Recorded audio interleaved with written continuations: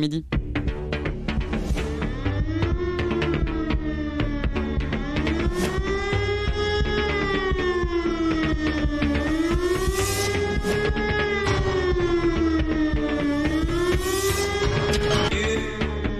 Christophe sur France Maghreb 2.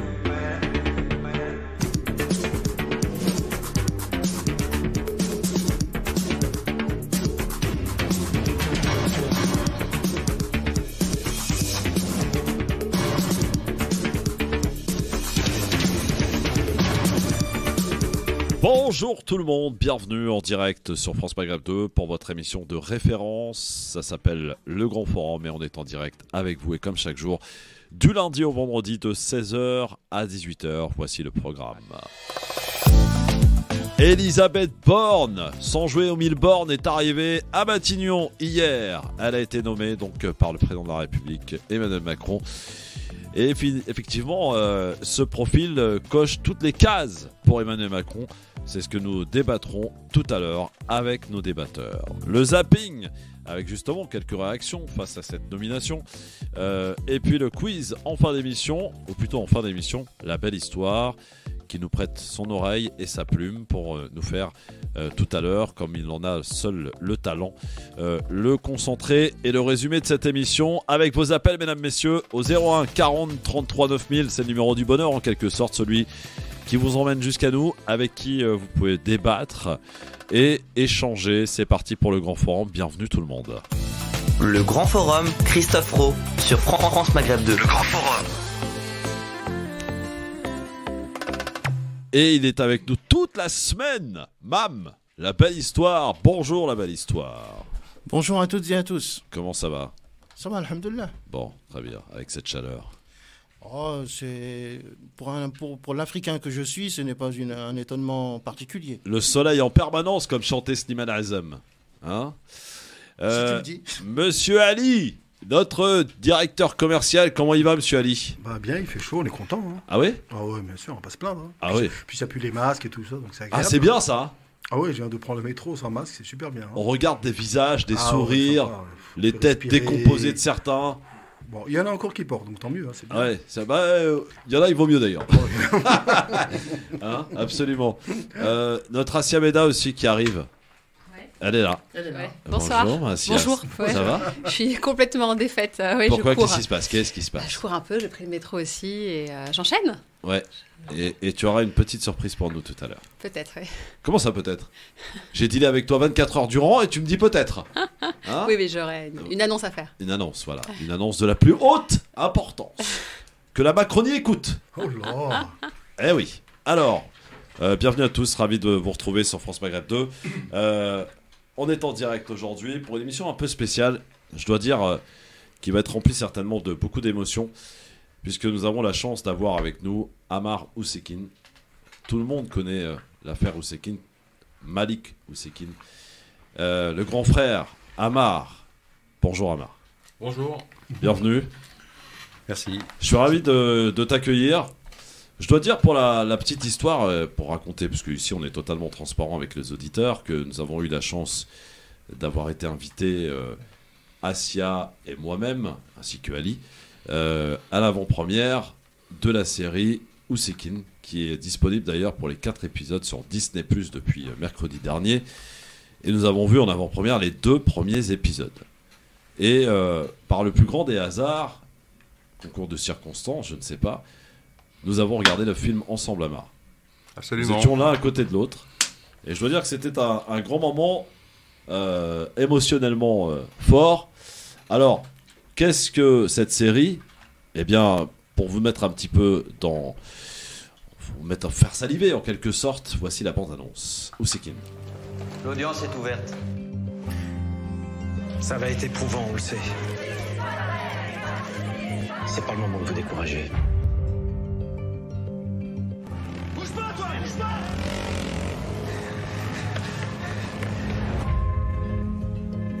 La vérité, c'est qu'il y a des gens qui nous en veulent d'oser réclamer justice. Et ils veulent tout faire pour nous en empêcher. On doit rester unis. Malik Oussekine. L'affaire risque de prendre une ampleur sans précédent.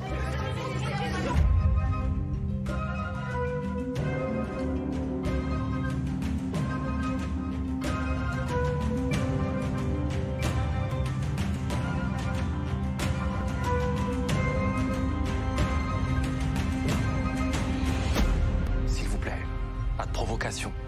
Nous devons rester dignes.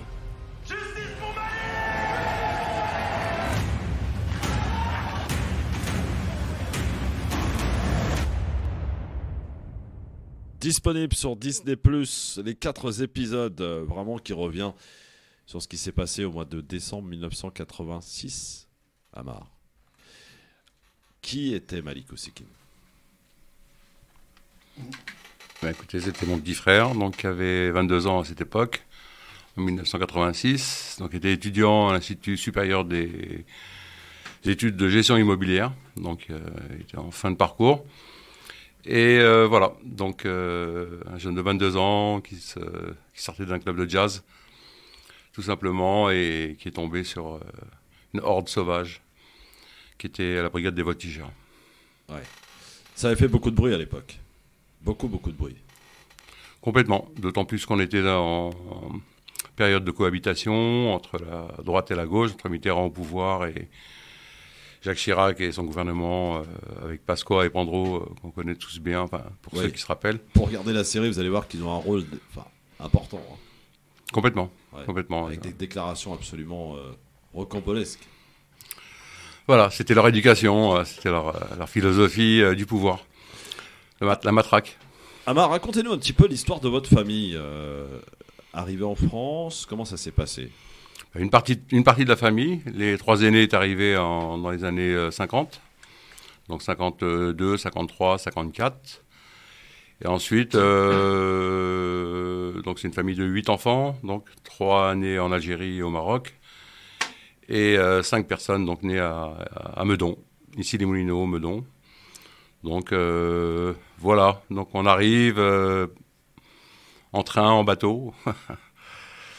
Et on arrive à Paris, à Meudon, donc dans un 2 pièces, et on se retrouve à 8 dans un 2 pièces au bout de quelques années. Donc les enfants sont arrivés les uns derrière les autres, comme c'était la coutume à l'époque. Et Malik est né en 64, un 16 octobre. Et voilà, donc on était complètement intégrés donc, à la société française, bon gré mal gré, comme beaucoup de familles. Alors, avant de rentrer un petit peu dans le vif du sujet et de parler de la série qui, d'ailleurs, au demeurant, est très très bien faite. Franchement, c'est un excellent résultat. Et je dois dire que, voilà, force est de constater, les Américains nous dépassent largement, en tout cas, en cette matière, en matière de cinéma. Et on verra d'ailleurs que cette série s'est faite avec votre collaboration. C'est-à-dire, rien ne s'est fait sans vous. Vous avez raconté votre histoire.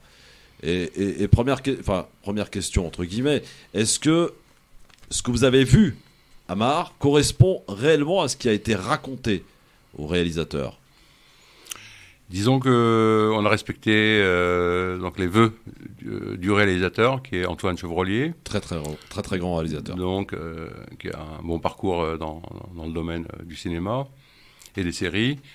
Et la rencontre s'est faite d'une façon assez extraordinaire au sens de la relation personnelle et des convictions par rapport à ce que vivent donc, nos frères et sœurs dans les cités, etc. Donc voilà, la rencontre s'est faite en pleine confiance à la base, et on a respecté ses désirs.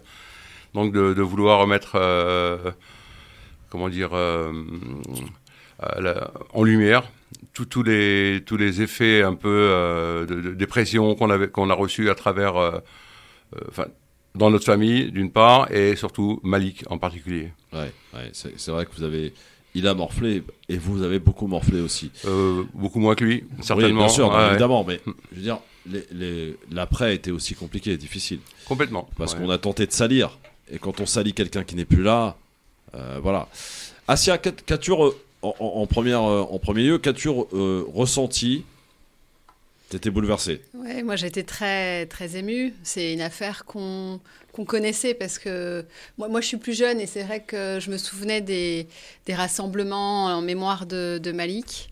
Je connaissais son histoire, mais le fait de la voir raconter, la manière dont ça a été tourné, a été très très touchante à plusieurs titres, en étant de la même origine, en ayant finalement un peu cette même histoire de volonté en plus d'une intégration, on va dire, parfaite. En tous les cas, cette volonté de nos parents d'essayer de faire en sorte d'être des Français modèles. Je crois qu'à un moment donné, dans la série, je crois que la mère utilise ce terme-là, qu'elle a tout fait pour finalement que ses enfants puissent vivre dans cette société française. Je trouve que oui, c'est très bien tourné avec des flashbacks. Et en fait, je dirais que ça va même au-delà de l'histoire de Malik et que ça compte finalement l'histoire d'une famille algérienne qui s'est installée en France avec tous ces flashbacks, avec 61, avec... voilà, ça embrasse en fait... et c'est un vrai, je trouve, devoir de mémoire, un exercice de mémoire qui a été fait et que je trouve que, voilà, pour la génération à venir. Après, moi, je suis très... je vous dis, ça m'a vraiment questionnée sur moi qui suis engagée en politique depuis très longtemps. Et je me dis, en fait, on pourrait aujourd'hui être confronté à la même histoire. En tous les cas, un de mes frères, un de mes proches aurait pu être finalement à sa place.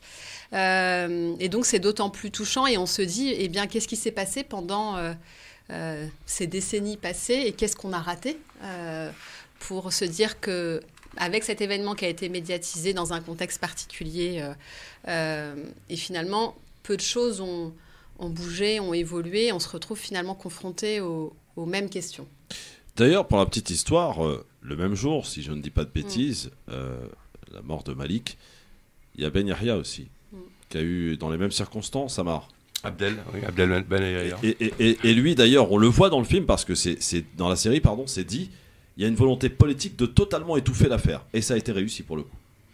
Complètement, nous on a essayé de la faire ressurgir au même moment des défilés avec Malik, donc on a demandé à ce qu'il y ait des pancartes avec sa photo et son nom en gros pour qu'on puisse rappeler qu'en fin de compte, dans les 10 dernières années précédant son assassinat, il y avait déjà eu 200 jeunes issus de l'immigration, d'Afrique, du Maghreb et même des Français qui ont été assassinés par la police, tués par la police, volontairement ou involontairement. Et ça, on a voulu le mettre un petit peu en avant pour rappeler un petit peu que ces 200 jeunes victimes aussi avaient leur place dans la mémoire de Malik, à travers Malik. C'est un chiffre énorme. Ali, qu'as-tu ressenti en regardant ces premiers épisodes ? Moi, j'ai vu la série complète, donc oui, c'est... il y a beaucoup, bien entendu, comme disait Assia, beaucoup d'émotions. Ça, c'est important. Ce qui est important aussi pour moi, c'est la notion, quand nos parents sont arrivés en France, il y avait effectivement cette notion d'être dans un pays de liberté, d'égalité, de fraternité et surtout de justice. Et on se rend compte que justice n'avait pas été faite depuis quasiment 36 ans. C'est effectivement, on peut se poser des questions. Parce que le mot d'ordre, c'était la justice. Et comment la politique, quelque part, à cette époque-là, qui pour nos parents était pour la plupart des gens forcément pas calibrés intellectuellement comme on peut l'être aujourd'hui, on a la possibilité de pouvoir se défendre. Là, on a vu que la famille a été défendue par un ténor du barreau à l'époque, Maître Kejman. Qui est interprété par Cadmerat, d'ailleurs. Et malgré l'intervention de Maître Kejman, la sentence, quand même, a été... quand même relativement, on l'a pas très bien comprise en fait, cette condamnation, malgré véritablement la présence de Maître Kejman. Donc cette notion pour moi de justice qui est le centre de tout. Aujourd'hui on ne parle tous les jours que de justice, la justice sociale, la justice économique, justice. Et on se rend compte qu'en fait effectivement, c'est même pas un fait divers, c'est au-delà même du fait divers. Parce que ce rapport entre la France et l'Algérie, on le voit au travers des propos de du ministre de la Justice, de Pandro, ça c'est important, des événements de 17 octobre 61, on se pose toujours la question, où est la justice en France ? Et c'est vrai que grâce à Disney et grâce à Amar et toute sa famille, remettre ça en avant, moi, ça m'a un petit peu choqué parce que moi je prendrais un peu la remarque de ma fille qui m'a accompagné, qui m'a dit, papa, on met 36 ans quand même pour... expliquer ça, me dit c'est quand même beaucoup. Eux, à la génération TikTok, la génération de l'instantanéité, ils parlent d'un truc qui s'est passé avec 10 minutes, 5 minutes. Elle me dit 36 ans. Et elle n'arrive pas à comprendre pourquoi ça a mis autant de temps pour être mis en avant. Alors, Là, on lui je lui posera dis- la question à Marc justement, et pour parler un peu de la genèse, parce que j'imagine que c'est pas un projet qui date d'hier, ça s'est construit en plusieurs étapes. On va en parler. Alors la difficulté d'une interview, c'est d'essayer de pas trop spolier, parce que j'invite vraiment les gens à aller regarder la série. Oui, c'est vrai. C'est important, vraiment, parce que franchement, c'est super bien fait. Vraiment, c'est top. Allez voir sur Disney+. Abonnez-vous, puis après vous vous désabonnez hein, quand vous avez regardé, vous n'êtes pas obligé de rester. Ousekine, franchement, c'est du très lourd. On est avec Amar, son grand frère qui est avec nous. Merci d'être là, Amar. On est de retour dans un instant. Et après la pub.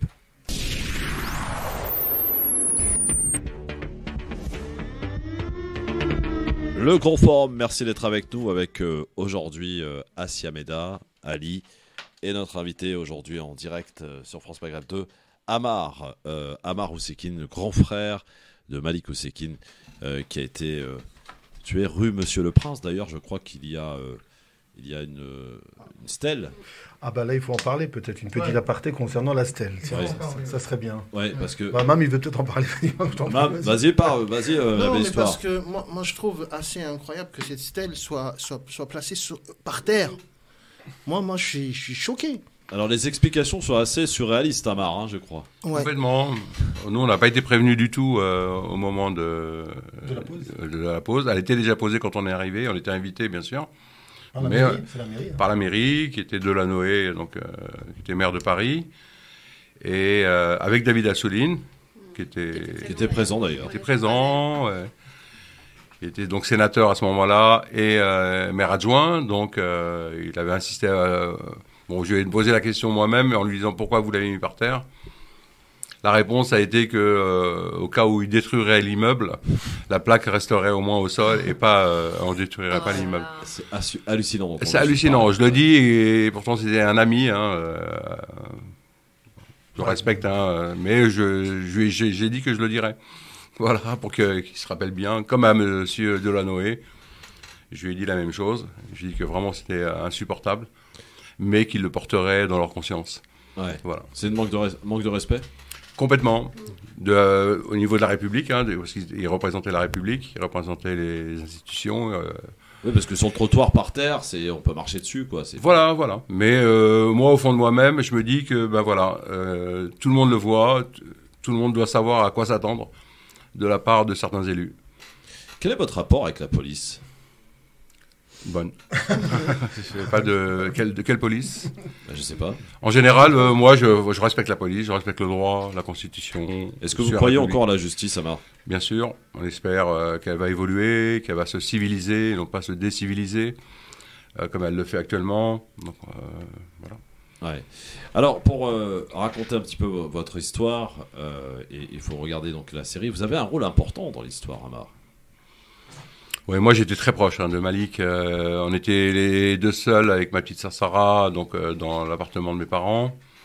Donc on vivait en famille tranquillement. Les grands étaient partis en Angleterre, aux États-Unis, un peu partout. Et donc on a une complicité extraordinaire. Il rentrait des États-Unis à ce moment-là. Malik, il avait passé 2 mois. Il est rentré tout joyeux, etc. Donc on avait des conversations qui n'en finissaient pas. Donc, sur la vie, la société, le business, la théologie, sur la philosophie, etc. On était très empreints de culture générale, universelle. En plus de la musique, donc c'était le jazz, bien sûr. En théologie, c'est très intéressant ce que vous dites, parce que, sans raconter l'histoire, après son décès, on a tenté de le faire passer pour un terroriste, Malik. Absolument. Mais pas un terroriste musulman, par contre. Oui, du FPLP, qui était le Front populaire de libération de la Palestine. Donc, qui était une branche chrétienne, catholique.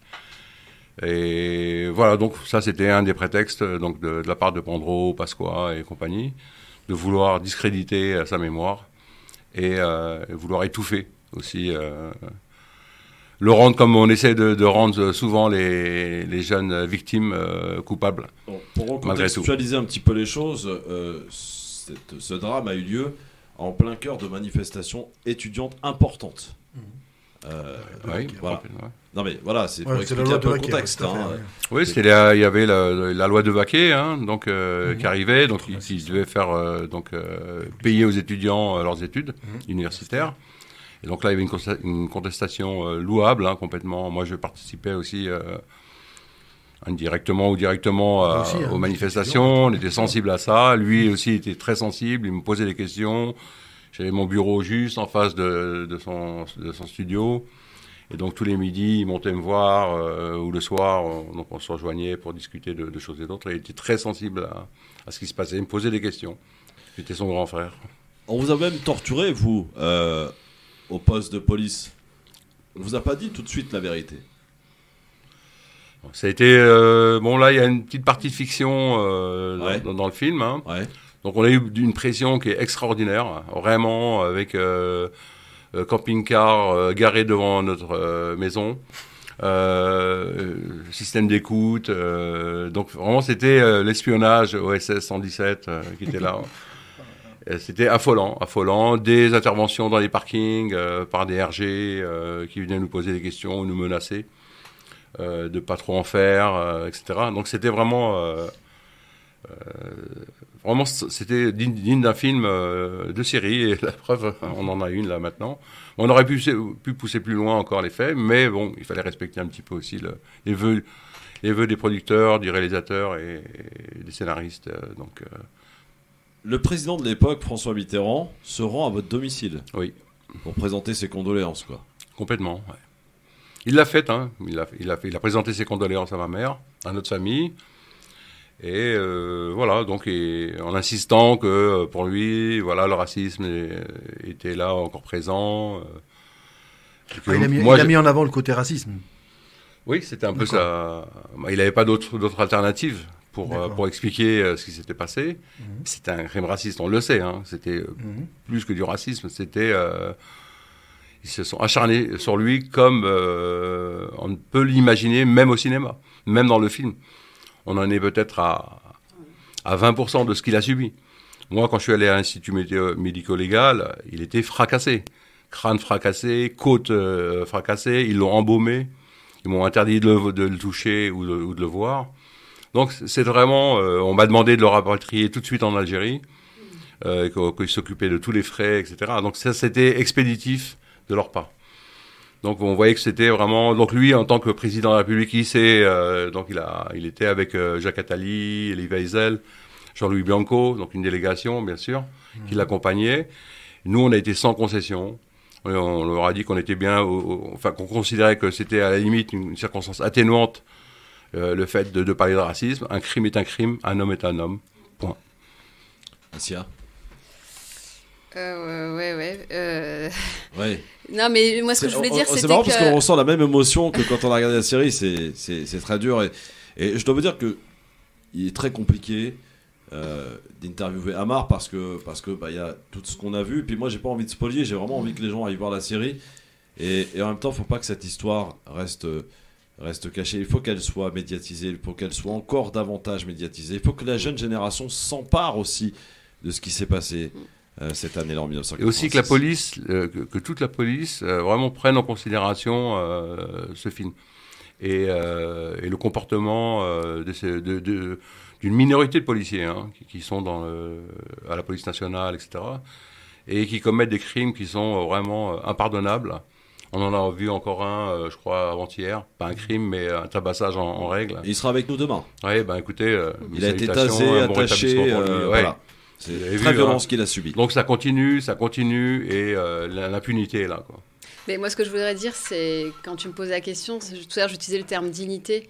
Cette famille, vous avez été remarquable et vous avez été digne. Et je pense que vous avez su, à un moment donné, garder la tête froide et cette conscience. Vous l'avez évoqué tout à l'heure, vous avez eu de la chance de faire des études. Vous étiez dans la culture, vraiment intégré dans cette société française.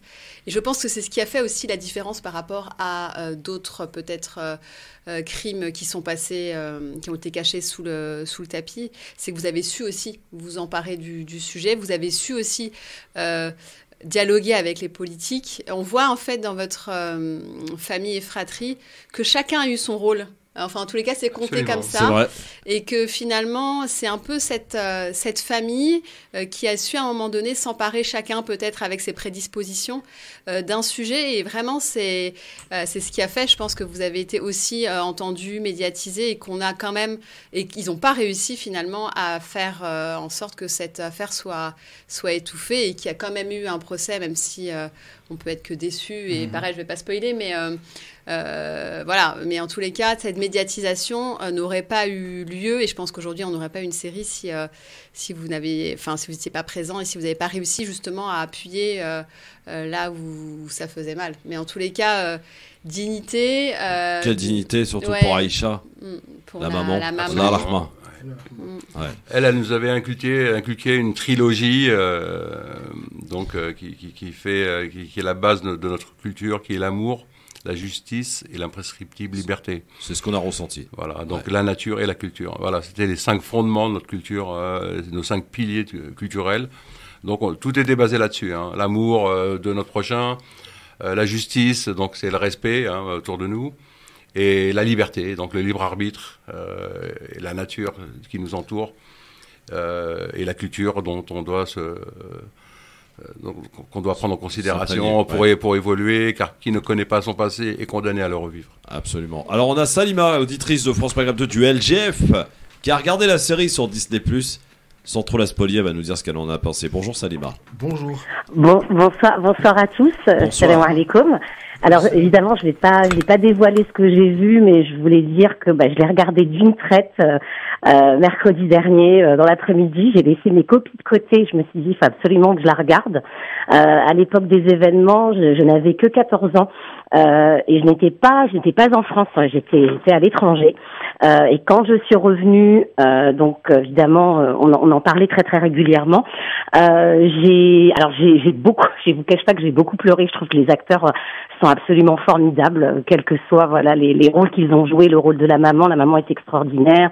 Les frères, les sœurs, c'est vraiment très poignant. Ça prend les tripes.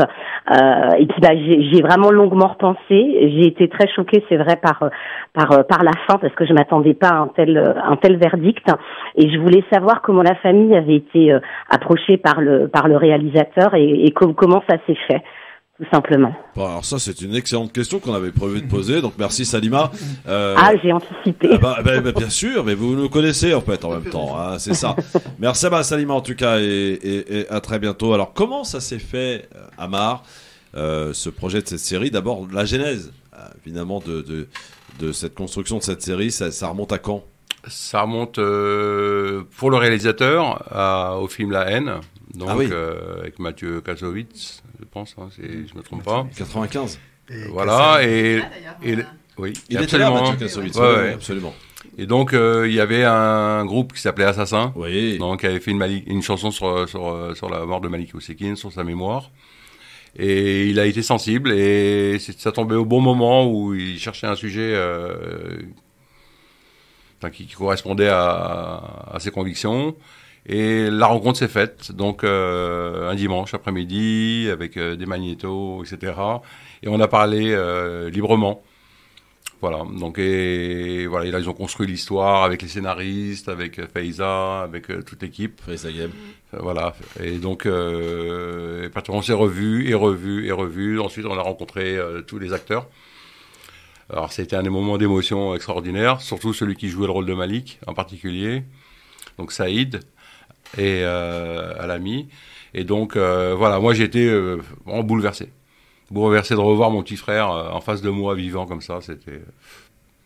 Ouais. Donc, ça a mis quand même du temps. Ça a mis 8 mois pour les préparatifs et 1 an et demi de tournage. Ouais. Voilà, donc, non, mais l'idée de départ, ça remonte à longtemps, quoi. Ça, non, 3 ans en tout. À ce jour, 3 ans, pile poil. Ouais. Mais le résultat, on est là. Bouleversant, franchement, d'émotion, oui. comme vous le disiez, des acteurs extraordinaires, des actrices extraordinaires. Nous, on était là vraiment. Moi, quand je parlais avec eux, je leur disais que j'étais entre le terrestre et le céleste, tellement, franchement, on avait du mal à atterrir C'est vrai, hein, c'est vrai. On est pris en plus dans le, dans le film. C'était invraisemblable, quoi. Qu'est-ce qui reste pas, quoi. Dans un instant, tu vas répondre à cette question, Amar. Oui. Après une telle épreuve que vous avez eu à traverser, votre famille, est-ce que justement ça soude davantage la famille, cette épreuve? On en reparle dans un instant avec Amar Ousekine qui est avec nous. J'ai failli dire Malik. Oui. Ah oui. Allah yarhamou. Sur France Maghreb 2 en direct dans le LGF et en vidéo live sur Facebook, Christophe le Grand Forum. À tout de suite. Le LGF sur France Maghreb 2, merci d'être avec nous en direct avec Siameda, avec Ali et avec Mam, la belle histoire aussi, qui va devoir écrire. Ça va, ça se passe bien dans l'écriture, moi, la belle histoire? Oui, ça se passe plutôt bien.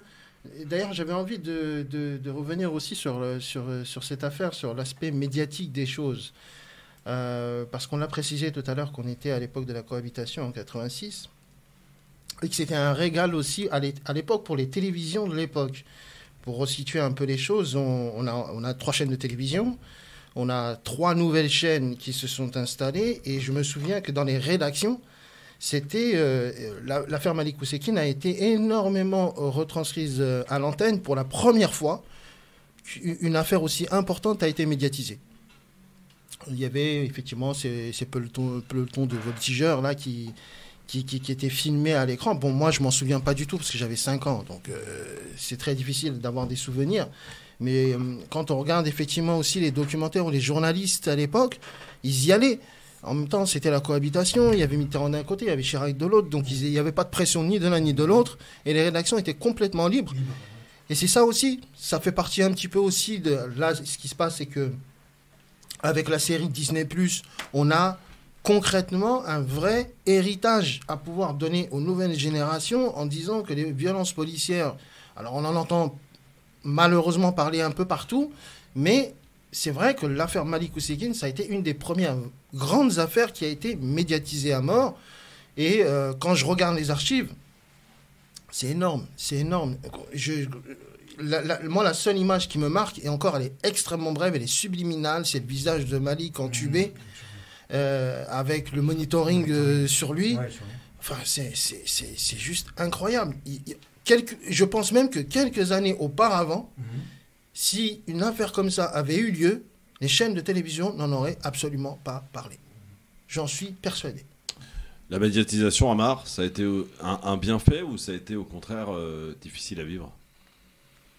C'était une épreuve à surmonter, à affronter.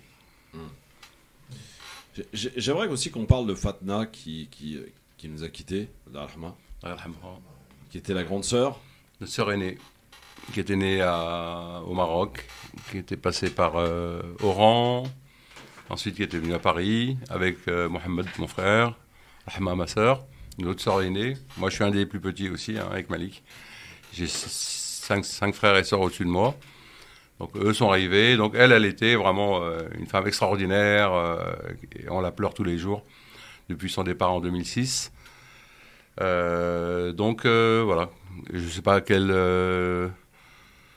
vous attendez à quelle réponse concernant sa vie, concernant justement en pleine affaire de cette tragédie. Elle était là pour nous soutenir, pardon. Elle était là pour nous soutenir, mais elle a surtout aussi subi la violence. C'est affreux. Donc c'est 2 inspecteurs de police, à mon avis des RG ou des barbouzes de la police, donc ils se sont fait passer pour Interflora, donc pour livrer des fleurs, et en fin de compte ils l'ont massacré. Voilà, complètement. Et en plus, cambriolé. Qu'est-ce qui serait arrivé s'il n'y avait pas l'intervention de ce monsieur? Comment? Il y a eu un monsieur qui est intervenu et qui les a fait fuir. Écoutez, ça c'est heureusement, bien heureusement. Oui, qu'est-ce qui serait arrivé? Mais ça s'est passé autrement quand même parce que ils sont rentrés dans l'appartement. Ça s'est pas passé sur le bas de la porte. Ils sont rentrés, ils l'ont bousculé, ils l'ont attaché avec du fil de téléphone. Et ensuite, c'est coups de pied, coups de poing, comme ils ont fait pour Malik, mais Malik l'ont assassiné froidement. Là, ils n'ont pas pu, parce que la porte était restée ouverte. La porte d'entrée était restée ouverte, donc, contrairement à Malik. Mais c'était vraiment... elle a été traumatisée. Hein. Elle a mis des années et des années pour s'en remettre. Donc ça a été choqué. Il y avait une volonté de vous faire taire, en fait. Ouais, Complètement. Complètement. Nous, on gérait une entreprise qui avait 42 personnes, donc employés et collaborateurs. Et du jour au lendemain, on nous a coupé tous les fonds. Les fournisseurs ont cessé de nous livrer. Vraiment, ça a été vraiment incroyable. Incroyable pour nous, pour toute notre famille. On s'est retrouvés du jour au lendemain comme ça, sans rien. C'est la double peine, en fait. Triple peine, oui, bien sûr. Psychologique, matériel, physique, etc. Je pense que le mot peine, il est faible, hein, à mon avis. Là, c'est donc, la peine. Et les banques, pareil, on avait donc quand même, c'est une PME, hein, donc, qui fonctionnait très très bien, elle était leader en France. Et voilà, on s'est retrouvés. C'est toute une machine en fait. C'est une machine infernale, ouais. C'est à vous broie, hein, ça vous broie. Ouais. Petit à petit, comme ça, voilà. Plus de fournisseurs, les banques qui vous coupent les fonds, etc. Les menaces dans les parkings, voilà. C'était. Est-ce que vous aviez décidé de vous battre et de ne pas vous laisser. Ah, complètement, ouais. Moi, justement, c'est incroyable cette dignité de cette famille parce que j'en connais plus d'une ou plus d'un. Qui aurait peut-être réagi autrement, qui aurait développé une haine. On la ressent pas, la haine. À aucun moment. Bah, le but, c'était d'avoir un combat politique. Voilà, moi, je me suis engagé. Bon, j'avais la Ligue des droits de l'homme, quand même, qui m'avait épaulé. Je rends hommage à Yves Jouffat, qui est plus de ce monde, et à Maître Henri Leclerc, qui est un très grand avocat, aussi vice-président de la Ligue des droits de l'homme. Donc ça, je vous parle des années 86-90, hein. Et eux, c'était parmi les seuls hommes qui ont vraiment nous ont tendu les mains, les bras et leur cœur dans cette affaire. Donc moi, j'ai été vraiment impliqué pour organiser des manifestations, pour faire aussi avec David Assouline des tournées dans les universités aussi pour amener de la réflexion aux étudiants, et de leur dire de ne pas oublier, de continuer le combat, parce que le combat tous les combats sont des combats à vie. Vous voyez, on n'arrête jamais des combats, hein, pour la démocratie, pour les droits civiques, etc. J'ai une question à Marc, c'est par rapport à ce que tu disais au niveau de l'aide et des supports. Donc tu as parlé avant d'un avocat. Quelles sont les personnes politiques ou connues qui vous ont aidé, appuyé pendant ces événements-là, médiatiques, à l'époque, dans les années 86, est-ce qu'il y avait des gens qui vous ont aidé, qui vous ont soutenu, et si certains sont encore vivants, à la limite, ne pas hésiter à en parler, non? Voilà, moi, je m'en remets à Yves Jouffat, la paix sur lui, qui était président de la Ligue des droits de l'homme, qui était un homme de conviction, et Henri Leclerc. Ensuite, c'était l'association des familles de victimes, parce qu'il ne faut pas oublier les autres victimes. Donc des bras arrachés, des yeux crevés. Donc c'est un peu ce qu'on a vécu avec les Gilets jaunes. Hein. Ouais. Voilà, hein, donc il faut aussi rendre hommage à ces familles-là. Des postiers, des mécaniciens, des gens qui étaient engagés aussi, hein, politiquement pour l'égalité des droits à l'éducation et à la culture. Et voilà. Donc il y a eu des gens, je ne voudrais pas trop m'étaler là-dessus, parce que bon, c'est un peu ambigu. Il y avait des gens qui étaient au Parti communiste, d'autres au Parti socialiste, des gens de droite aussi, politique, ouais. Voilà, qui nous ont soutenus, mais vraiment avec beaucoup de discrétion. Donc voilà, c'était un peu éclectique, hein, au niveau du soutien qu'on a reçu, mais beaucoup de lettres, de poésie, et ça c'était magnifique. Franchement, c'était extraordinaire au niveau des centaines, pour pas dire quelques milliers de lettres qu'on avait reçues. On les a lues les unes derrière les autres et c'était vraiment fantastique. Au niveau du réconfort, voilà, pour pas perdre l'espoir en l'humanité. Je te garde encore 10 minutes avec nous, Amar. Avec plaisir. Reste avec nous pour parler de cette série que vraiment on recommande tous autour de cette table, hein, d'aller vraiment voir sur Disney+. C'est Ousekine. Voilà, qui revient sur cette affaire en 4 épisodes de 52 minutes chacun. C'est vraiment très bien fait, très bien interprété, très bien joué, très bien scénarisé, extrêmement bien réalisé. Allez voir sur Disney+, Ousekine. Amar, le grand frère de Malik Ousekine, est avec nous sur France Maghreb 2. La série Ousekine disponible sur Disney+, 4 épisodes de 52 minutes. C'est poignant, quand on commence, on s'y arrête plus. Donc prévoyez un petit peu de temps, allez regarder. Amar, l'un des grands frères, il a bien fait de me corriger en antenne, de Malik Ousekine, qui est avec nous aujourd'hui. Amar, question franche et directe, est-ce que la France est raciste? Est-ce que la France est un pays raciste? Moi, mon point de vue personnel, c'est qu'on essaye de la rendre raciste. C'est-à-dire qu'il y a une thématique politique qui cherche donc des prétextes, donc à dérouter un peu l'esprit des gens vers le racisme. Je pense pas qu'on devient raciste, hein. On n'est pas raciste, on le devient. Donc à force des choses, donc ça devient une éducation. Moi, c'est le sentiment que j'ai depuis 40 ans, de voir un peu certains philosophes, certains politiciens, etc., même des journalistes, hein, entretenir ce sentiment de marginalisation, de communautarisme. Aucun migrant, d'où qu'il vienne, ne cherche à se communautariser, pas du tout. Il cherche à s'intégrer, à vivre et à apprécier un peu les lois de la République et surtout les principes des droits de l'homme qu'on trouve malheureusement pas partout dans le monde, mais qui sont complètement déroutés en France, à mon avis. Et quand vous voyez par exemple le résultat des élections présidentielles et la montée fulgurante du Front National, est-ce que ça vous fait peur? Personnellement, moi, non. Ça me fait pas peur du tout. Je sais que c'est beaucoup de manip.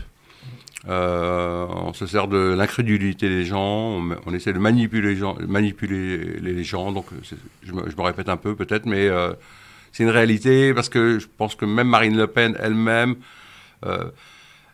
elle est complètement hors sujet, quoi, par rapport à ce qu'elle raconte, à ce qu'elle dit, comme Éric Zemmour, qui lui-même, à mon avis, c'est mon avis personnel, mais se décivilise lui-même. On lui a proposé une bonne éducation, une école, comme il le dit lui-même, un beau pays, et en fin de compte, il fait que criminaliser le pays qui l'a accueilli. Amar, une question que tu as posée à Ali il y a quelques instants, à savoir qui tu avais envie de remercier ou saluer parmi les politiques de l'époque qui vous ont apporté leur soutien quelque peu discret. Moi, la question inverse, à qui tu en veux le plus aujourd'hui dans le monde politique par rapport à cette affaire, par rapport à des déclarations qu'on peut regarder dans la série d'ailleurs qui sont extrêmement violentes? Par respect, je ne donnerai pas de nom parce que franchement ça soulèverait une polémique, d'autant plus qu'ils sont encore vivants. Donc je ne souhaite pas vraiment, voilà, je préfère rester dans mon état d'esprit pacifique et progressiste en espérant qu'ils se remettront eux-mêmes en question. C'est tout à ton honneur. Et j'ai envie de dire, alors Assia, on en parlait en antenne pour ne rien cacher aux auditeurs, de la fin, de la sanction, parce qu'il y a procès, ok, on ne dira pas la sanction, à vous d'aller voir la série, mais j'ai envie de dire que, et on en parlait avec Amar, que effectivement on peut être absolument dégoûté, scandalisé par la sanction en tant que telle, mais est-ce qu'en soi, la victoire n'est pas quand même, au vu de tout ce que cette famille a traversé, de tout ce que vous avez traversé, Amar et votre famille, une grande victoire que d'avoir obtenu ce procès, que d'avoir obtenu la responsabilité? Oui. Si tu peux me répéter la question. Voilà, franchement, j'étais un peu perturbé là. Effectivement, le fait d'arriver jusqu'au procès, parce qu'à un moment donné, on voit aussi qu'il y avait un risque qu'il n'y ait pas de procès. Donc finalement, c'était déjà une première victoire, finalement, que ce procès ait eu lieu, que ces personnes ont été condamnées. Et moi, je disais que oui, effectivement, la sentence n'était peut-être pas à la hauteur de l'événement. Voilà. Et donc, Christophe demandait si c'était déjà une première victoire d'avoir un procès. Or, aux yeux de l'avocat, Maître Kejman et Maître Dartevel, pour eux, c'était une victoire. Ils disaient que jamais aucun policier n'avait été condamné, même si la peine était si faible. Donc, voilà, c'est une victoire. Pas pour nous, mais pour la société, c'était déjà une victoire.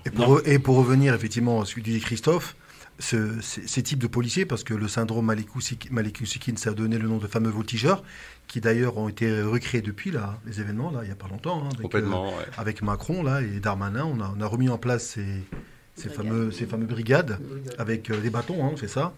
Et j'aurais bien voulu que tu nous parles un peu de ces voltigeurs de l'époque, parce que c'était une drôle de justice. Alors moi, je les revois justement, je les croise de temps en temps sur Paris. Et vraiment, ils sont encore plus équipés qu'ils ne l'étaient à l'époque. Donc là, on a l'impression que c'est des Terminators qui débarquent Et je voudrais faire un appel au pouvoir public, aux politiques, etc., leur demandant vraiment de dissoudre les brigades des voltigeurs, qui vraiment n'a aucun sens dans notre République. Vraiment, c'est incroyable qu'on puisse encore les laisser traîner sur Paris. Ils sont au coin du Trocadéro, à Saint-Michel. Ils sont un peu partout, hein. On les voit en brigade. Ils étaient juste avant la rue des Pyrénées. Rue des Pyrénées, voilà. Donc on les voit comme ça. Moi, je demande, vraiment, je fais un appel politique au pouvoir, en leur demandant de la dissolution de la brigade des voltigeurs, qui n'a aucun sens dans une république comme la nôtre. Qu'as-tu à dire aux jeunes, en particulier, Amar, qui ont un rapport, on peut le dire, plus que détestable avec la police et qui s'est malheureusement accentué d'année en année, et plus particulièrement depuis la dissolution de la police de proximité. Merci M. Sarkozy, 2007, ou avant d'ailleurs. Qu'as-tu à dire à ces jeunes, justement, qui sont soumis, on va le dire clairement, à des contrôles aux faciès? On se rappelle d'ailleurs d'un président qui avait promis de pouvoir faire quelque chose là-dessus, on attend toujours, François Hollande. Qu'as-tu à dire à cette jeunesse, et même à ces gens, je veux dire, issus de l'immigration, quand on n'a pas la bonne tête, le bon teint, on est confronté parfois à être contrôlé plus que les autres? Moi, ce que j'aurais à dire, c'est que d'un point de vue sociologique, il faut comprendre que quand on arrive en tant que migrant, ou quand on est né ici, qu'on pense se considérer comme français, etc., de faire très attention, d'éviter d'aller dans les endroits où... Ouais, c'est un peu délicat comme question, honnêtement, mais moi, personnellement, je suis pour aller les pousser vraiment à la recherche culturelle dans le monde dans lequel on vit. La seule richesse, c'est la culture, c'est de s'émanciper, c'est de migrer aussi, hein. Moi, j'ai beaucoup de neveux qui sont partis au Canada, qui sont partis aux États-Unis, qui sont en Angleterre. Si on n'est pas bien ici, qu'on essaie de migrer, mais autrement, il faut s'intégrer d'une façon ou d'une autre, et aussi de s'enrichir d'un point de vue culturel, et de répondre de la façon la plus intelligente aux forces de l'ordre. Quand ils nous interpellent, ne pas céder à la provocation, ne pas céder au cynisme de certains policiers, hein. Ils sont une minorité, hein. Faut dire ce qui est. Moi, je me suis fait arrêter plusieurs fois, et je négocie un petit peu, etc. Bon, et des fois, ils sont assez cool, quoi. Voilà, donc il faut pas céder à la provocation, surtout pas à la provocation, et pas regarder trop de films américains aussi de temps en temps où voilà, c'est action-réaction, donc cultiver trop son ego, etc. Un bon conseil, c'est la culture, et rester en marge un petit peu des endroits où on n'a pas besoin d'aller, quoi. Pour rebondir sur ce que disait Amar, on voit quand même que, pour recontextualiser, en 1986, le nombre de familles maghrébines en France, dont la plupart faisaient des études, était quand même très très très limité, pour ne pas dire, je pense au niveau national, à mon avis, le nombre de familles n'était pas très très nombreuses. Aujourd'hui, on est en 2022. C'est vrai que le savoir, l'instruction, c'est fondamental. C'est une arme. C'est l'arme, hein. Moi, ouais. C'est ce que j'essaie d'expliquer aux jeunes, c'est une véritable arme. Pensez quand même que sa maman, tu vois, elle était peut-être pas instruite, mais elle était pleine de sagesse. Bien sûr. Elle a très bien éduqué, au travers de valeurs qui, pour moi, sont immuables dans le temps. La notion de respect, la notion de justice, la notion de responsabilité, qui ne sont pas du tout liées à la notion d'instruction, mais qui sont des valeurs que nos parents, nos grands-parents nous ont quand même communiquées. Ils essaient au travers de toutes ces générations. Et aujourd'hui, nous, en tant que parents, qui avons la chance aujourd'hui d'avoir étudié en France, ou d'avoir fait peut-être des parcours scolaires peut-être un peu plus longs, on doit transmettre, on a un véritablement devoir de responsabilité. On n'est plus dans l'affrontement. On doit être effectivement dans cette capacité de pouvoir se nourrir, de pouvoir être aidé. Il faut penser que la famille Oussekine, à cette époque, il n'y avait pas aujourd'hui, comme on peut avoir peut-être aujourd'hui, voilà, tous les réseaux sociaux, ou pouvoir effectivement être aidé ou accompagné. Et c'est tout à leur honneur. Donc, il faut véritablement lancer un vrai message aux jeunes et à toutes les familles aujourd'hui. Le savoir, c'est quand même fondamental. Et on se doit, vis-à-vis de nos parents, de nos grands-parents, qui se sont sacrifiés pour ce pays-là, se sacrifier, parce que leur vie se limite parfois à un mot sacrifice, parce que quand on voit la vie du papa et la vie de la maman dans le film, dans la série, c'est vrai que le papa, voilà, pour ceux qui vont la série, ils vont être relativement émus, comme le disait Linda, et sincèrement... j'appelle les auditeurs. L'auditrice qui a appelé Salima, pardon. Ouais. J'appelle, je suis persuadé que l'ensemble des personnes qui verront la série, il y a pas mal de personnes qui, à mon avis, vont sortir leur mouchoir ils vont être relativement émus parce qu'on est véritablement dans l'émotion, la passion. Et j'espère qu'effectivement, ce travail sera positif pour les générations. Moi, c'est ce que je dis à Amar tout le temps, et lui, il est avec moi là-dessus à 100%, que c'est ce que cette série-là puisse être positive, puisse construire, au contraire, des choses. On doit apprendre à se défendre, voilà, on est dans un pays de justice, dans un pays de droit. Alors, on doit se battre, c'est peut-être difficile, c'est vrai, mais on ne doit pas lâcher, on doit continuer, on doit persévérer. Comme la maman a été digne, et comme les frères et toute la famille a été digne, bien que Amar, tu viens te souligner qu'on a tout fait à l'époque, pour quelque part, sans être méchant, les briser d'un point de vue économique, briser la famille, elle est quand même restée solide. Donc ça, c'est quand même des leçons de vie qu'il faut retenir. Et j'ajouterais quelque chose d'important.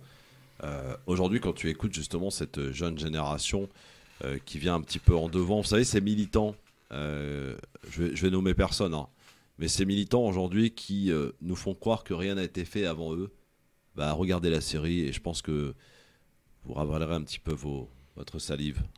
C'est important de savoir justement que grâce à cette famille, grâce au combat de cette famille, bah, aujourd'hui vous puissiez plus facilement, j'allais dire, entreprendre et se défendre.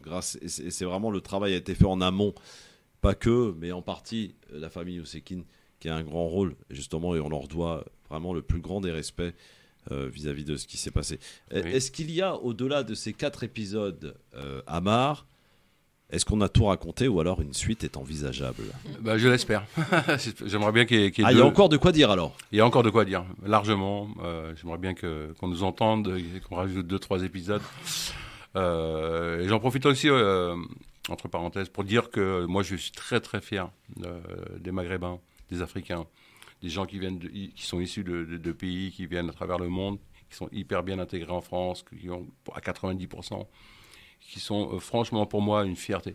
J'en rencontre des dizaines, des cadres, des médecins, des avocats, des scientifiques, des animateurs, des chanteurs, des auteurs, des compositeurs, des cinéastes.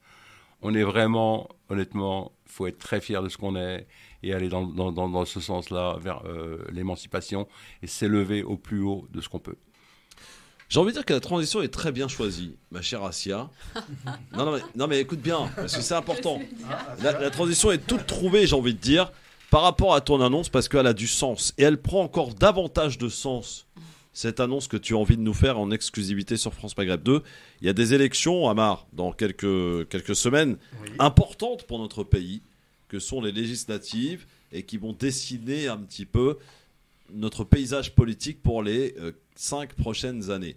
En tout cas, au moins, pour constituer justement l'Assemblée nationale, le Parlement, ces députés qui ont un rôle important, plus qu'important, puisque c'est eux qui votent les lois. Et Assia Meda souhaite entrer à l'Assemblée nationale. Oui ou non? Non, écoute, après un parcours, tu sais que moi, je me suis engagée très jeune.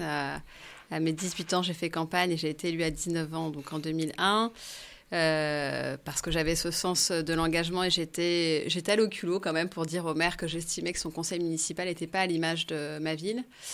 Et il avait entendu cet appel et donc il m'avait mise en position éligible, comme on dit, et je me suis retrouvée élue alors que je faisais encore mes études. Tout ça pour dire que j'ai eu ce parcours d'élu local. Je me suis présentée aux dernières municipales en tant que tête de liste à Paris. Et puis là, je passe un autre cap, effectivement, où je vais me présenter aux élections législatives sur la 5e circonscription à Paris, qui comprend le 10e arrondissement et le 3e arrondissement, avec l'étiquette de mon parti. C'est vrai que tu n'as pas présenté en tant que tel, mais je suis vice-présidente du Parti radical de gauche. Et donc, on va essayer de porter des valeurs, des idées autour de la promesse républicaine, l'écologie, l'Europe, parce que c'est un sujet quand même d'actualité, et un des sujets, finalement un des marqueurs aussi forts de notre parti, mais qui finalement doit être aussi intégré, je trouve, à la devise républicaine, égalité, liberté et fraternité, la laïcité, pour que tout le monde puisse justement vivre comme il l'entend sa religion, ce qui est propre finalement à son parcours, son histoire, et donc voilà. Donc je te le dis un peu en exclusivité. J'ai pas encore déposé ma candidature. T'as jusqu'à vendredi. Hein. J'y vais justement vendredi. Donc là, je suis sur les starting blocks. C'est pour ça que je suis arrivée tout juste. Quand on écoute Amar et quand on a vu cette série, est-ce que tu saisis la responsabilité que tu vas avoir? Bien sûr. Est-ce que tu peux t'engager aujourd'hui devant moi, les yeux dans les yeux, Assia? Si tu es élu et tu rentres à l'Assemblée nationale, tout le mal que je te souhaite. Est-ce que tu pourras organiser un truc à l'Assemblée nationale avec la famille Osekine? Bien sûr. Avec grand plaisir. Non, mais attends. Non, mais c'est pas une promesse en l'air. Je te le dis avec grande conviction. Tout à l'heure, on a parlé de la plaque qui était au sol, de Monsieur Assouline qui est encore élu. Tu vois, je connaissais pas moi le rôle aussi qu'il a eu, voilà, dans ce. Et je trouve que c'est un des combats qu'on doit aussi mener pour réhabiliter, ou en tous les cas, ne serait-ce que par respect, en plus avec cette sortie qui va du coup médiatiser les choses, se dire qu'il y a quelque chose à faire. Et moi, je suis partante, que je sois élue ou pas d'ailleurs, pour porter aussi à vos côtés cette demande qui, à un moment donné, doit rendre, je dis, le respect à cette personne qui a été, et qui est pour nous finalement un modèle, on peut le dire, je crois, d'un jeune qui et d'une famille qui, je disais, algérienne, qui a grandi ou qui est arrivée en France et qui a tout fait pour trouver sa place dans la société. Ça fait partie de ton histoire et de l'histoire de toute l'immigration, finalement. Exactement. Et je trouve que, voilà, on se doit de le faire.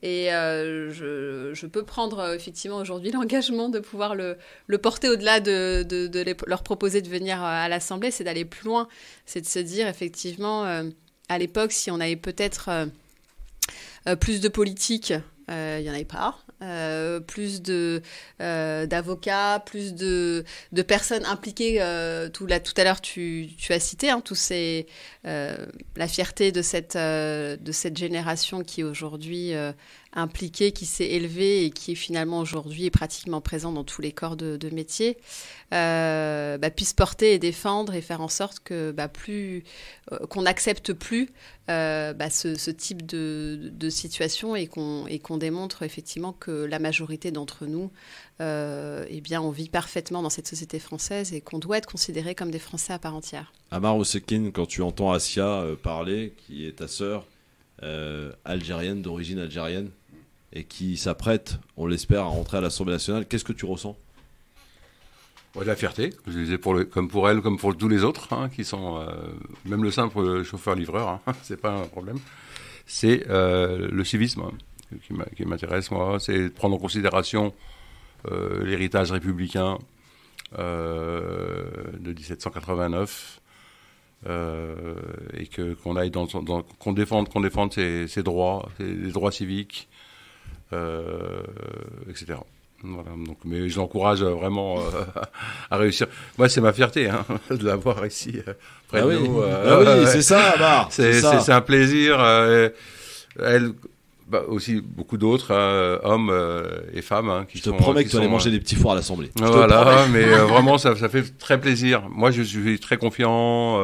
La confiance, pour moi, c'est quelque chose qui est la chose la plus importante. La confiance et la patience. Voilà, et le combat. Bien sûr. Alors, et allez voter, bien sûr. Ne laissez pas nos frères et sœurs qui veulent défendre nos droits, sans bulletin. Allez, c'est vraiment un devoir civique, et même pour ceux qui ont la foi, quel que soit le bord de leur foi, vraiment, il faut y aller. Il faut aller voter. Vraiment, il y a que ça qui nous sauvera ou qui nous aidera et qui fera avancer les choses pour nous en France et ailleurs dans le monde. Alors un petit mot chacun pour Amar avant de le laisser partir et de le remercier d'être venu aujourd'hui, et en rappelant cette série sur Disney+, 4 épisodes, on espère la suite, mais déjà les 4 épisodes il faut voir absolument pour s'imprégner, et regardez-le en famille, c'est important, avec vos enfants, très important, vraiment. Mam, un petit mot pour Amar. Merci déjà d'être venu, merci pour ce combat. Merci pour nous tous, pour cette France métissée qui avance. Et quoi qu'il en soit, on sera toujours avec vous, parce que vous faites partie de la famille. Et qu'on n'oubliera jamais Malik, et on n'oubliera jamais l'héritage de toute cette histoire. Parce que le combat n'est jamais terminé, il faut toujours rester debout. Merci à vous. Merci. Ali. Bon, tu le connais un petit peu, Amar, mais bon, quand même. Oui, je le connais. Je crois que il nous donne une leçon de vie, la résilience, des valeurs fondamentales. 36 ans quand même que cette famille-là a subi un événement dramatique. C'est pour répondre à ces générations, la génération de nos enfants. Résistance, parce que la preuve en est, il est là. Il donne des leçons de vie parce que quand tu écoutes le discours d'Amar, positif, pacifiste, civique, je pense sincèrement, je sais pas, mais entendre la forme qu'il a dans tous les discours et les discussions qu'on a ensemble, moi je suis toujours impressionné par ce côté positif, parce qu'on dit toujours, lorsqu'on subit un drame derrière, on peut avoir ces événements d'injustice, on peut être combatif. Et ça, sincèrement, je crois que c'est l'une des meilleures leçons de vie qu'on puisse avoir et que nous, on se doit de transmettre à nos enfants. Et pour ça, on doit leur dire quand même merci. Et j'espère sincèrement qu'il y aura une deuxième série, parce que c'est vrai que lorsque les gens verront ces quatre épisodes, ils seront effectivement, comme tu l'as dit, Amar, peut-être tous demandeurs. Et après, qu'est-ce qui s'est passé Donc j'espère sincèrement qu'il y aura une deuxième, comment on dit, ça va se décider bientôt. Deuxième saison, voilà, une deuxième saison. Ça va se décider bientôt, j'espère. Ouais, mon petit doigt me dit que ça va se décider bientôt. Asia. Non, je voulais remercier Amar, pour ton courage, parce que je sais que c'est... Tu l'as dit tout à l'heure, quand on subit cela, on est marqué à vie. Hein, c'est comme une cicatrice, une blessure qu'on garde. Et donc, je sais que ça remue aussi beaucoup de choses. Et pour autant, tu continues le combat. Pour la petite anecdote, moi, ça m'a, remué. Puis en discutant, ça a poussé, moi, la discussion dans ma famille. Moi, je suis dans 82, donc j'avais 4 ans, j'ai pas trop vécu et suivi. Mais j'ai des grands cousins et une grande cousine qui est aujourd'hui décédée et qui a, justement, avec cette histoire, finalement, a souhaité donner le prénom de Malik à son enfant. Et donc, quelque part, il a touché et il continuera à toucher l'ensemble de nos générations. Des générations à venir, pardon. Et donc, je pense qu'effectivement, il faut le voir quand on peut en famille, parce que tout à l'heure, je le disais, ça fait limite partie du devoir de mémoire de ces générations qui sont venues en France, qui se sont sacrifiées et qui ont élevé leurs enfants dans une société qu'ils connaissaient peu, mais ils avaient des valeurs, et je crois que c'est ce que tu as dit, c'est le plus important au-delà de... Ouais.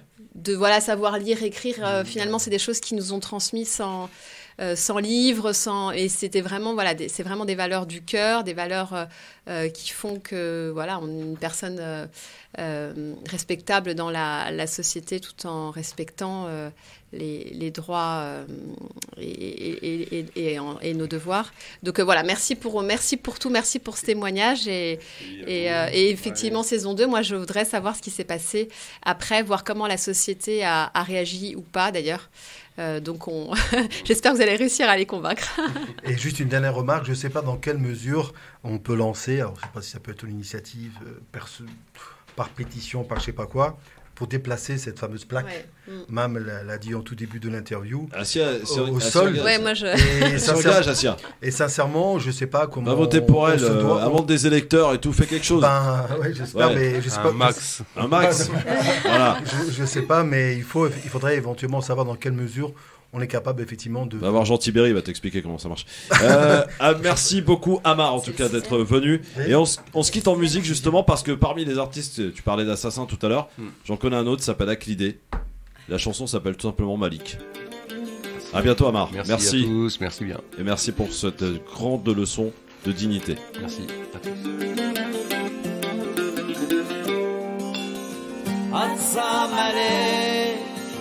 أقصى ملك سلام ملك أقصى ملك au Père Lachaise يا سني بازيليك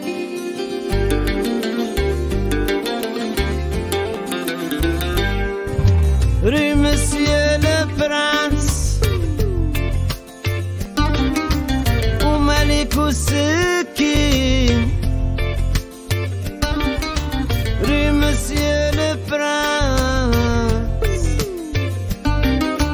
Mon frère était victime de ses origines. Et c'est que les hommes naissent racistes. Et c'est que les hommes naissent racistes. Ou bien c'est le système qui les éduque, les tolère, ne les condamne pas. Ou parfois, par hypocrisie, quelques années de sursis.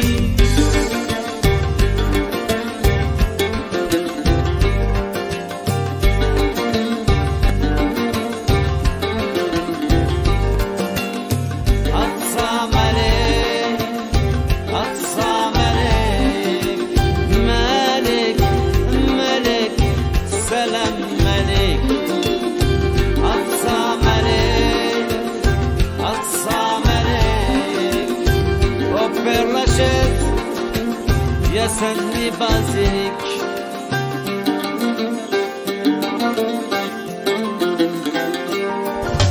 Monsieur le gardien de la paix, mon frère était pacifiste. Monsieur le gardien de la paix, pourquoi avez-vous tiré?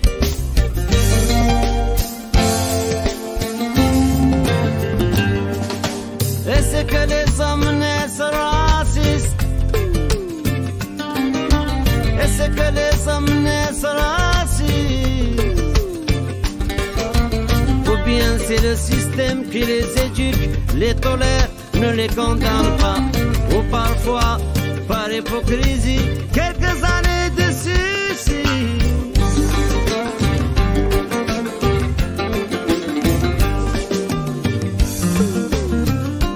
Avec l'idée, Malik.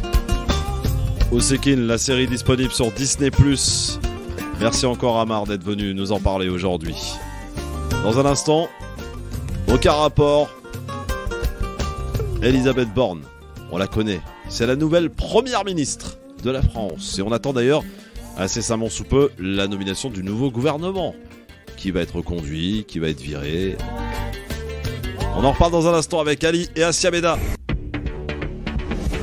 Le LGF sur France Maghreb 2 avec Ali, notre directeur commercial, avec Assia Beda, vice-présidente du PRG. Et on rappelle, pour ceux qui viennent de nous rejoindre, Assia Beda a annoncé tout à l'heure en exclusivité sa candidature aux législatives dans la 5e circonscription, 10e et 3e arrondissement de Paris. Et il faudra nous dire de qui elle a besoin pour aller mobiliser, pour aller voter pour elle. Voilà. J'ai besoin de vous.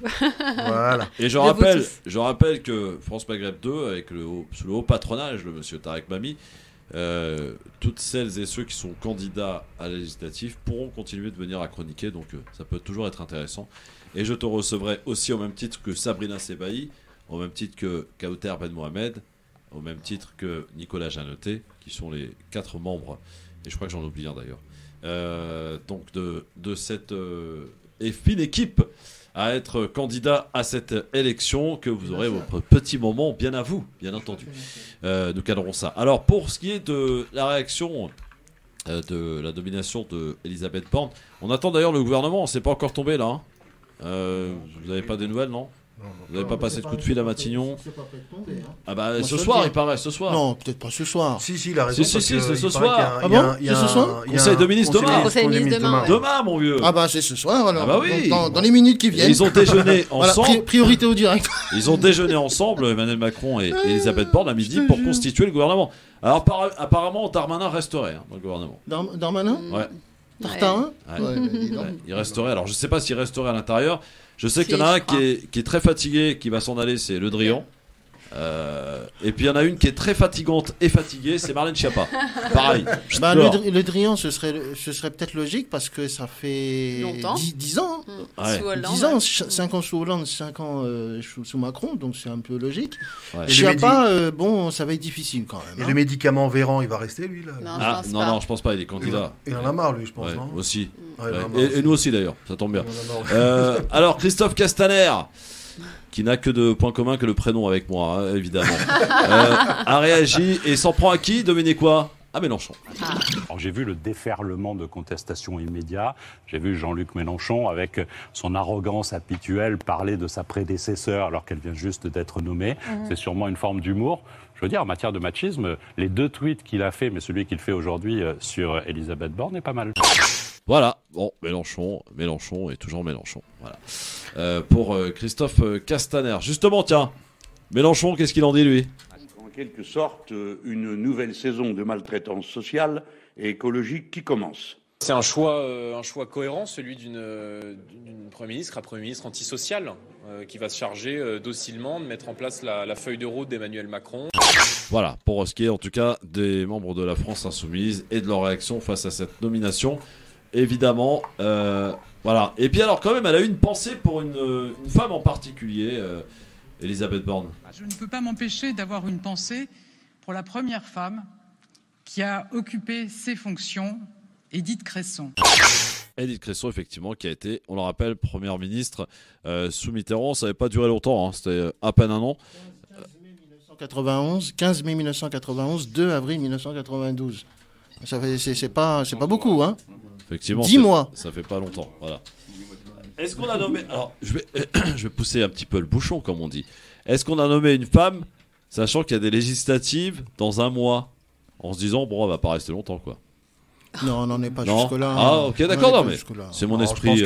La France a quand même un petit peu évolué entre 1991 et aujourd'hui. Je ne pense pas.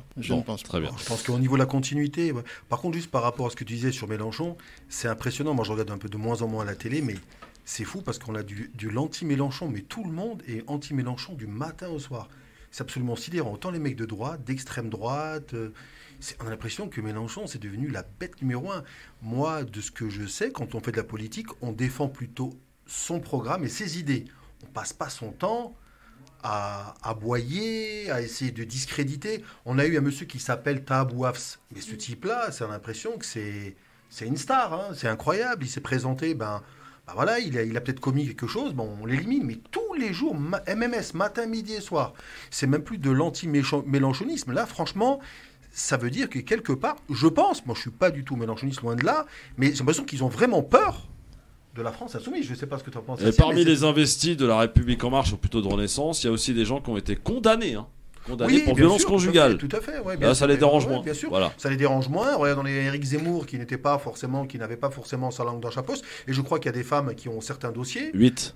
PPDA, je crois qu'il a, il a un livre là-dessus. Ah ouais. Et c'est effarant parce que tous les jours, on a de. En plus, on l'attaque. Alors là, en plus, il a fait la sortie du SMIC à 1500 €. Je crois que c'est ça, là, en tenant compte de ça. Et ce qui est fou, c'est d'essayer de le discréditer.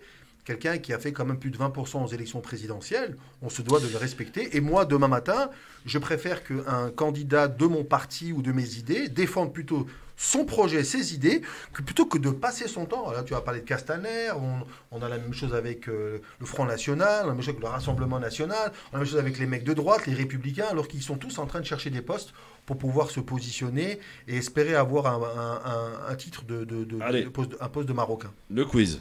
C'est maintenant. Le quiz. Le quiz. Ali, Asia, la belle histoire. Oui. Alors. On y va. Première question. Je perds tout le temps. Naissance de quelle ville canadienne en Québec. 1642, ce n'est pas Québec. Non. Non, c'est pas ça. Ça a donné naissance à la métropole du Québec, mais c'est pas... Québec. Moi, je connais pas. Très connu, hein. Oui, bien sûr. Bah oui, très connu quand même. Quand même. Ontario ? Non. Ils sont anglophones. C'est... Il faut prendre du Canada Drive. Quelle ville canadienne est née en 1642 ? Ça commence par un M. Montréal. Oh là là. Merci. On est nuls. Bravo, C'est Amar. terrible, hein ? Bravo. Quelle femme politique a souhaité bon courage à Borne ? Edith Cresson. Bah oui, tout simplement. Troisième question. Quel président américain élève 2 femmes au grade de général en 1970 ? Nixon. Oui, et c'était d'ailleurs une première dans l'histoire des États-Unis. 2 femmes élevées au grade de général. 4e question. Quel géant de la restauration rapide a annoncé hier son retrait total de Russie? McDonald's. Bonne réponse d'Asia. Qui est nommé Premier ministre en 1995 en France? Chirac. Non, Alain Juppé. Alain Juppé, sous la présidence de Chirac. 6e question. Eurovision. Quel pays a accusé les organisateurs d'avoir triché en manipulant les votes pour attribuer des points? La Russie. Attribuer des votes qui étaient destinés à d'autres pays. Un pays qui a accusé les organisateurs de tricherie. C'est les pays de l'Est? Oui. C'est la Moldavie, non, pas la Moldavie. Roumanie. Roumanie, bonne réponse. Très bonne réponse d'Asia. Et je cherche en effet, et pour terminer, une chanteuse de pop américaine. Elle est morte en 2012. Petit extrait musical. Amy Winehouse. Quoi? Non, 2012. 2012. C'est elle, écoute. Donna Summer. Donna Summer. Quelle culture musicale, monsieur Ali, bravo. Je sais pas qui a gagné, mais tout le monde a gagné. Bravo. Mais un petit avantage pour Asia. Dans un instant, Mam, la belle histoire qui va nous conclure cette émission en direct sur Facebook Live, sur France Maghreb 2. Christophe Le Grand Forum, à tout de suite.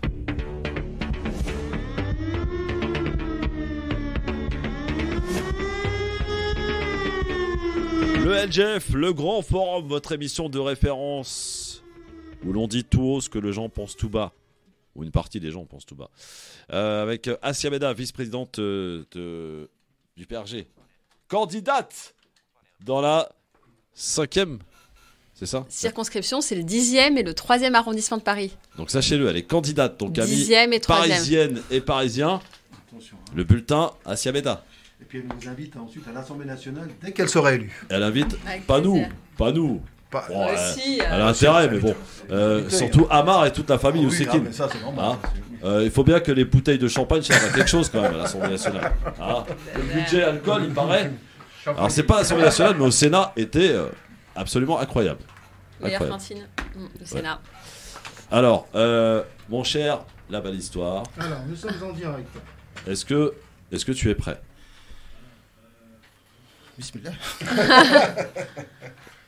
Bon, ça va le faire. Si tu l'es, je le suis. Allez, on y va, c'est parti. La chronique de La Belle Histoire. Vous avez loupé l'émission? Eh bien, voici la séance de rattrapage avec La Belle Histoire. Musique Maestro. Born to be alive.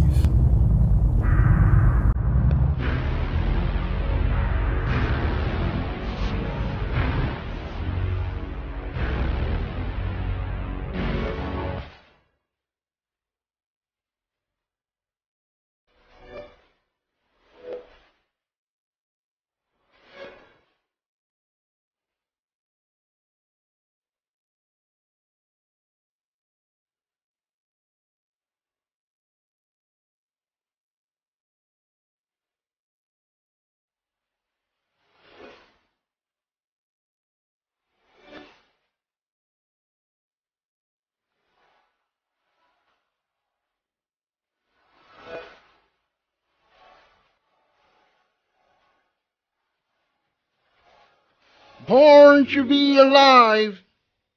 Aujourd'hui, j'ai fait plus de 60 bornes. Vous vous rendez compte, 60 bornes. Pour voir une personne que je ne connais pas, mais son nom de famille, je le connais. Ousekine. Ammar Ousekine, un des grands frères du regretté Malik Ousekine, jeune étudiant de 22 ans, assassiné par la police française. Les Ousekine, c'est un destin français aux racines maghrébines qui, bon gré mal gré, s'intègre dans la société française. Malik, né le 16 octobre 1964, étudiant à l'école supérieure des professions immobilières, sortant d'un cours de jazz et croquant la vie, se fera arracher la sienne par le peloton voltigeur. Nous sommes dans la soirée du 5 au 6 décembre 1986. Et pourquoi le lien avec le groupe Europe? Puisque à ce moment-là, en tête du top 50, c'était le groupe Europe avec un titre hélas prémonitoire, The Final Countdown.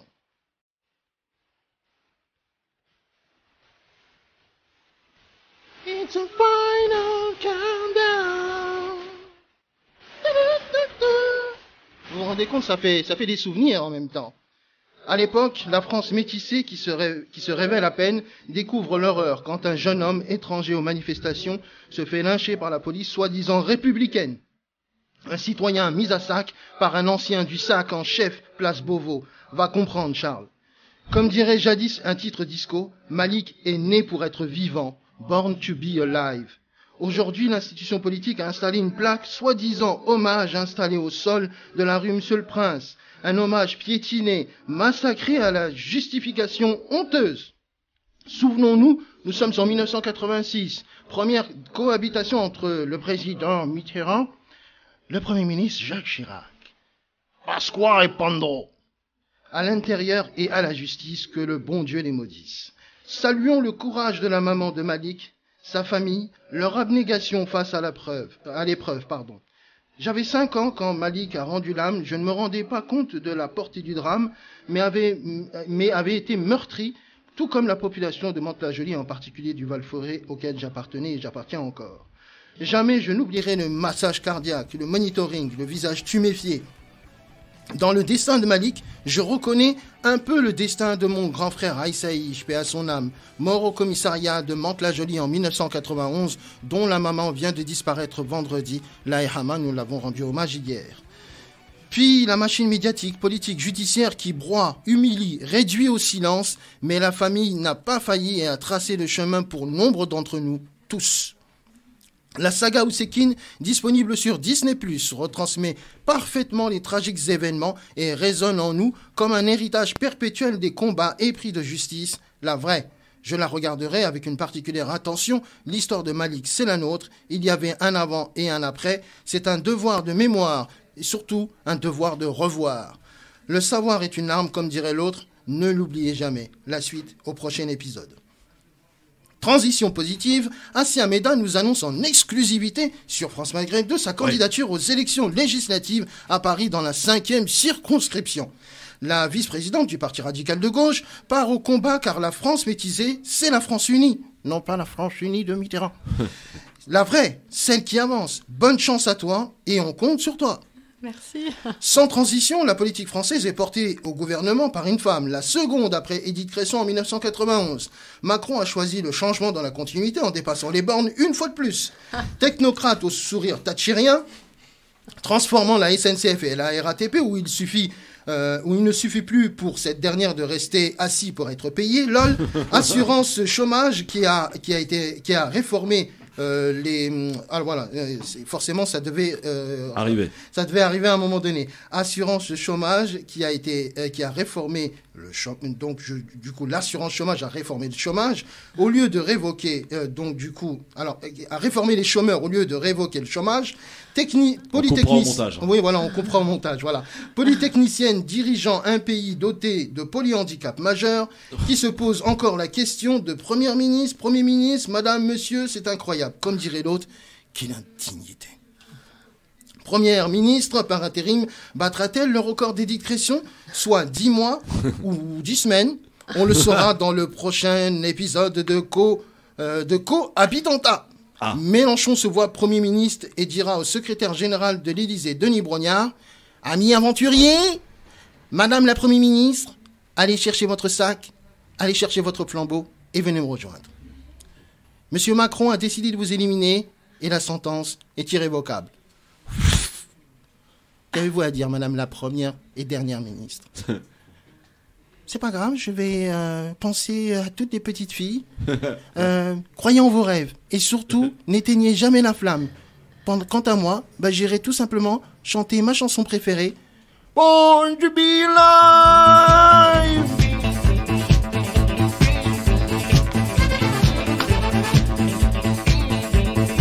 Et là, à ce moment-là, Christophe, qu'est-ce qu'on dit? Je sais pas. Eh ben justement, relance la musique. Ah, tu veux que je la relance? Alive, alive, born to be alive, she was born, Elizabeth born, born to be alive. Bravo, la belle histoire, magnifique, du grand talent. Eh oui, voilà. Merci beaucoup, la belle histoire. Merci à tous d'être venus ici. En merci en particulier à Amar, évidemment. Ousekine.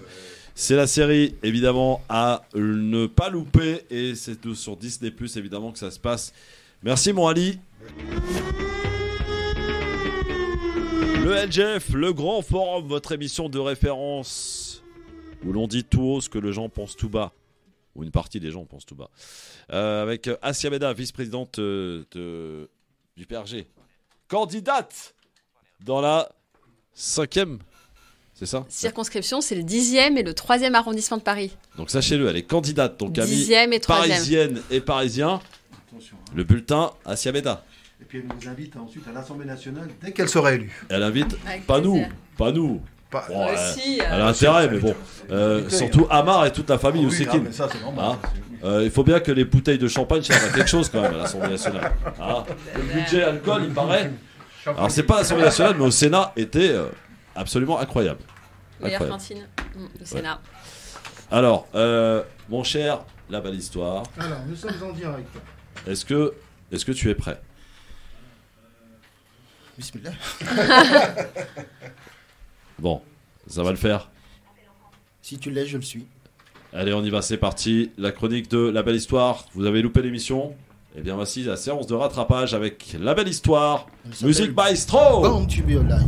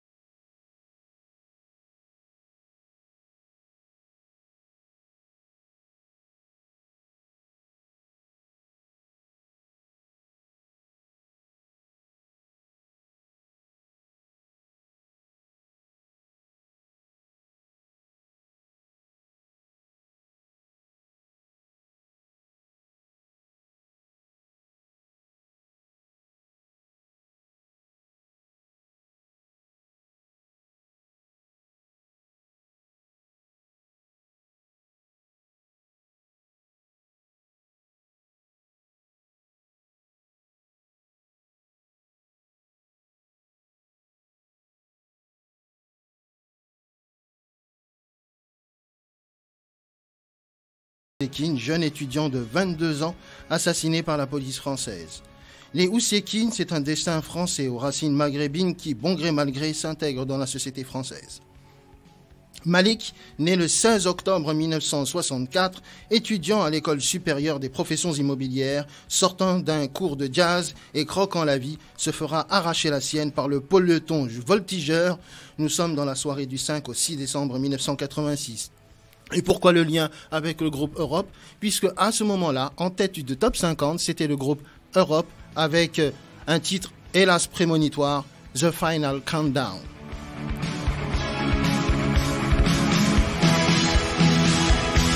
It's a final countdown. Vous vous rendez compte, ça fait des souvenirs en même temps. À l'époque, la France métissée qui se révèle à peine découvre l'horreur quand un jeune homme étranger aux manifestations se fait lyncher par la police soi-disant républicaine. Un citoyen mis à sac par un ancien du SAC en chef, place Beauvau. Va comprendre, Charles. Comme dirait jadis un titre disco, Malik est né pour être vivant, born to be alive. Aujourd'hui, l'institution politique a installé une plaque soi-disant hommage installée au sol de la rue Monsieur-le-Prince. Un hommage piétiné, massacré à la justification honteuse. Souvenons-nous, nous sommes en 1986. Première cohabitation entre le président Mitterrand, le Premier ministre Jacques Chirac. Pasqua et Pando. À l'intérieur et à la justice, que le bon Dieu les maudisse. Saluons le courage de la maman de Malik, sa famille, leur abnégation face à l'épreuve. J'avais 5 ans quand Malik a rendu l'âme. Je ne me rendais pas compte de la portée du drame, mais avait été meurtri, tout comme la population de Mantes-la-Jolie, en particulier du Val-Forêt, auquel j'appartenais et j'appartiens encore. Jamais je n'oublierai le massage cardiaque, le monitoring, le visage tuméfié. Dans le destin de Malik, je reconnais un peu le destin de mon grand frère Aïssaïch, paix à son âme, mort au commissariat de Mantes-la-Jolie en 1991, dont la maman vient de disparaître vendredi. La Ehama, nous l'avons rendu hommage hier. Puis la machine médiatique, politique, judiciaire qui broie, humilie, réduit au silence, mais la famille n'a pas failli et a tracé le chemin pour nombre d'entre nous, tous. La saga Ousekine, disponible sur Disney+, retransmet parfaitement les tragiques événements et résonne en nous comme un héritage perpétuel des combats épris de justice, la vraie. Je la regarderai avec une particulière attention. L'histoire de Malik, c'est la nôtre. Il y avait un avant et un après. C'est un devoir de mémoire et surtout un devoir de revoir. Le savoir est une arme, comme dirait l'autre. Ne l'oubliez jamais. La suite au prochain épisode. Transition positive, Assia Meda nous annonce en exclusivité sur France Maghreb 2 sa candidature aux élections législatives à Paris dans la 5e circonscription. La vice-présidente du Parti radical de gauche part au combat car la France métisée, c'est la France unie. Non pas la France unie de Mitterrand. La vraie, celle qui avance. Bonne chance à toi et on compte sur toi. Merci. Sans transition, la politique française est portée au gouvernement par une femme, la seconde après Édith Cresson en 1991. Macron a choisi le changement dans la continuité en dépassant les bornes une fois de plus. Technocrate au sourire thatchérien, transformant la SNCF et la RATP où il ne suffit plus pour cette dernière de rester assis pour être payé. LOL, assurance chômage qui a réformé alors voilà, forcément ça devait arriver. Ça devait arriver à un moment donné. Assurance chômage qui a réformé le chômage. Donc du coup l'assurance chômage a réformé le chômage au lieu de révoquer a réformé les chômeurs au lieu de révoquer le chômage. Oui, voilà, on comprend au montage. Voilà. Polytechnicienne dirigeant un pays doté de polyhandicap majeur qui se pose encore la question de Premier ministre, madame, monsieur, c'est incroyable. Comme dirait l'autre, quelle indignité. Première ministre, par intérim, battra-t-elle le record d'Édith Cresson, soit 10 mois ou 10 semaines? On le saura dans le prochain épisode de Cohabitanta. Ah. Mélenchon se voit Premier ministre et dira au secrétaire général de l'Élysée, Denis Brognard, « Amis aventuriers, Madame la Première ministre, allez chercher votre sac, allez chercher votre flambeau et venez me rejoindre. Monsieur Macron a décidé de vous éliminer et la sentence est irrévocable. » Qu'avez-vous à dire, Madame la Première et Dernière ministre? C'est pas grave, je vais penser à toutes les petites filles. Croyez en vos rêves. Et surtout, n'éteignez jamais la flamme. Quant à moi, j'irai tout simplement chanter ma chanson préférée. Born to be alive!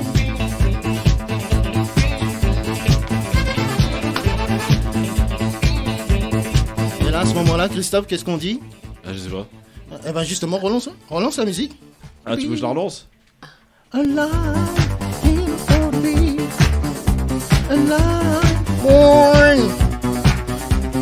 born to be alive, she was born, Elizabeth born, born to be alive. Bravo, la belle histoire, magnifique, du grand talent. Eh oui, voilà. Merci beaucoup, la belle histoire. Merci à tous d'être venus ici. On remercie en particulier à Amar, évidemment. Ousekine.